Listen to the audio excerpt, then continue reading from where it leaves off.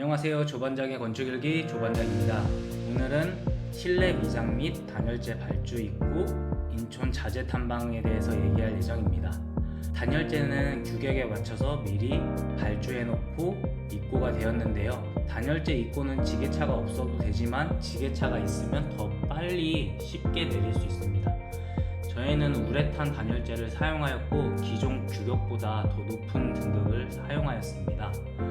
이렇게 높은 등급을 사용한 이유는 저희는 외단열이기 때문에 외벽에 바로 붙여서 사용할 예정이라 단열재 등급을 높였고요. 창고동과 주거동 미장을 할 예정인데요.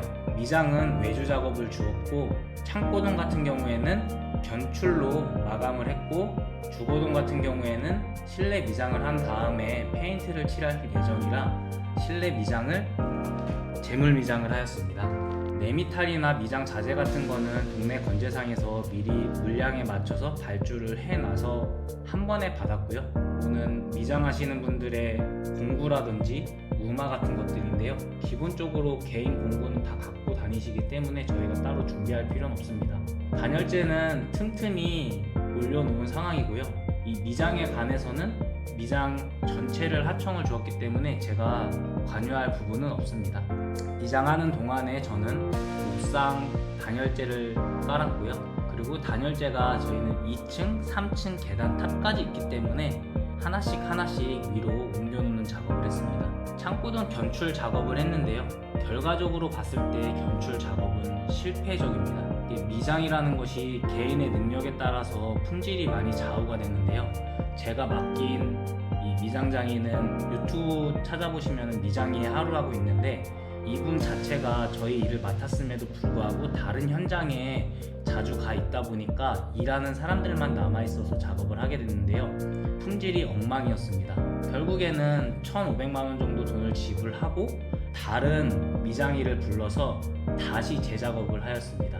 당연히 이 미장이의 하루 사장님은 이 정도면 됐다, 만족한다 이렇게 하시는데 품질 결과나 누가 봐도 지금 보이는 이런 상태로 마감이 됐기 때문에 제 입장에서는 재작업을 해야 된다고 했지만 이분께서는 이게 마감이라고 하셨고 자기가 할 수 있는 최선이라고 했기 때문에 더 이상 그 분의 기술력에 대해서는 할 말이 없었습니다. 그래서 결국에는 이런 식의 쓰레기들도 많이 남겨놓고 가셨고요. 창틀 같은 경우에도 보면은 단차가 많이 나는 거를 볼 수 있는데요. 이런 부분은 사실 미장장이의 기술이기 때문에 이 분이 뭐 잘했고 잘못했고는 제 판단이 틀렸기 때문에 더 이상 왈가불가 할 수 없었습니다. 지금 사진에 보이는 것들이 마감이라고 해놓은 것들입니다. 이 부분은 차후 다시 언급하겠습니다. 논현동 타일 거리를 갔는데요. 여기에는 콜로라는 브랜드의 수전이 있습니다. 저희 집은 다 콜로 제품을 사용했기 때문에 콜로에 가서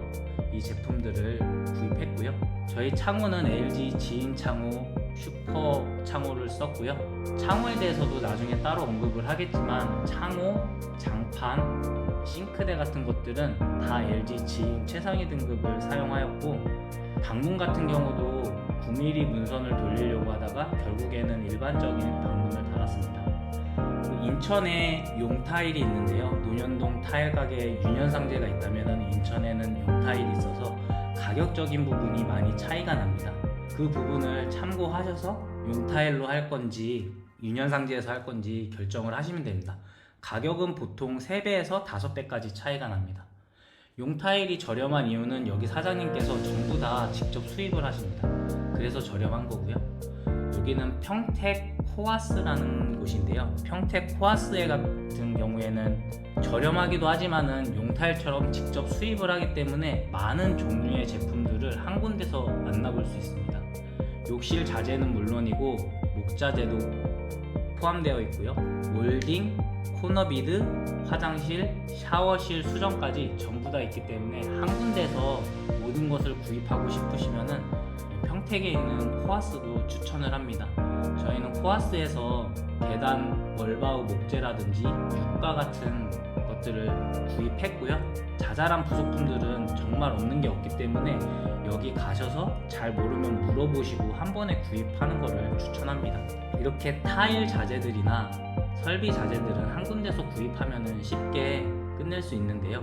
이런 자재들이나 공구 또는 요즘 목자재, 타일 커터기, 간격재, 기타 부자재들은 미리 물량 산출을 해서 가야 하루에 다 끝내고 발주까지 넣고 올 수 있습니다. 당연히 카드 결제가 가능하지만 물량 들어오는 날짜에 맞춰서 지게차를 한 번에 써야 되기 때문에 저희는 네미탈 물량, 단열재 물량, 타일 물량, 멀바우 목재 물량 한 번에 받아서 하루에 지게차 한 번만 사용해서 전부 내렸습니다.